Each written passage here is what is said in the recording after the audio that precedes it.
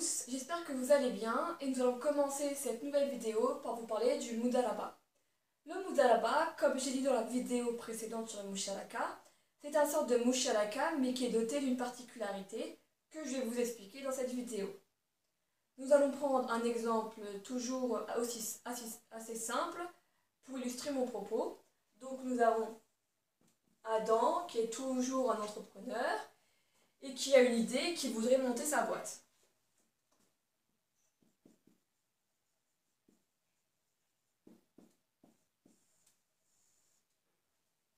Sauf que cette fois-ci, Adam n'a pas de cash, n'a pas de capital à apporter pour son entreprise. Il a seulement une idée, l'expertise,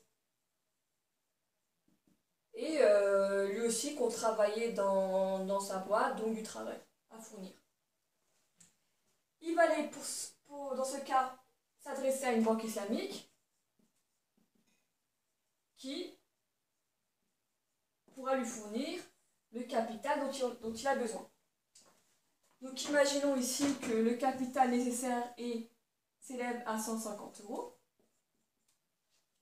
Donc la banque va mettre 150 €, mais à condition d'avoir établi un contrat de type Mudaraba. Et donc l'une des clauses principales du Mudaraba, c'est le partage des bénéfices. En général, le partage des bénéfices, c'est la banque islamique qui a la plus grosse part. Donc dans ce cas-ci, on va prendre aussi, on va dire 70% pour la banque islamique et 30% pour Adam. C'est ce qu'ils ont su négocier. Alors on imagine maintenant que c'est bon, le projet a pu voir le jour et qu'un an est passé. Donc la première année, tout se passe bien. La boîte a pu générer un bénéfice et que ce bénéfice s'élève à 100 €. Alors là, comment les 100 € vont être partagés entre la banque islamique et Adam? Et bien tout simplement, on va se référer à ce qui a été préalablement établi dans le contrat, c'est-à-dire que la banque recevra 70 € et Adam 30 €. Maintenant, imaginons que la seconde année, ça ne marche pas très bien et que l'entreprise connaît des difficultés et donc il y a des pertes. Et que ces pertes s'élèvent cette fois-ci à 90 €. Alors, comment ces pertes vont être partagées entre la banque islamique et Adam? Alors encore une fois, comme le Musharaka, vu que Mudalaba c'est une sorte de Musharaka mais avec une complexité. Alors ici le partage des pertes, vu que Adam a mis 0 € dans le capital et que la banque islamique a mis 150 €, c'est-à-dire tout le capital est apporté par la banque islamique, alors c'est la banque islamique qui doit assumer toutes les pertes. Donc la banque islamique perd 90 €. Par contre, Adam, lui, rien ne lui est facturé. 0 €. Mais comment on peut justifier? Parce qu'on parle toujours du principe des 3 P. On est toujours en finance islamique. Et comme je vous l'ai dit dans la première vidéo, ce principe des 3 P, partage des pertes et des profits, eh ben, il doit avoir lieu.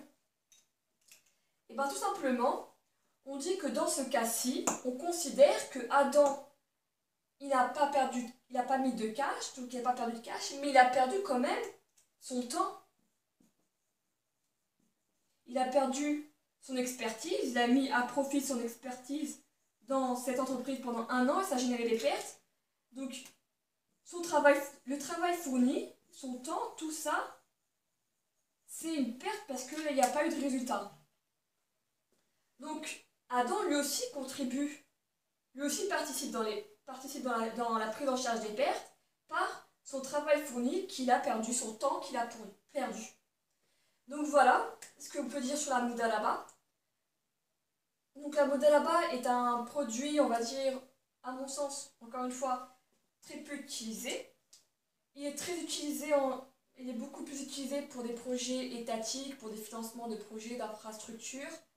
Mais pour les particuliers, c'est assez compliqué parce qu'on a toujours ce problème de gestion des risques.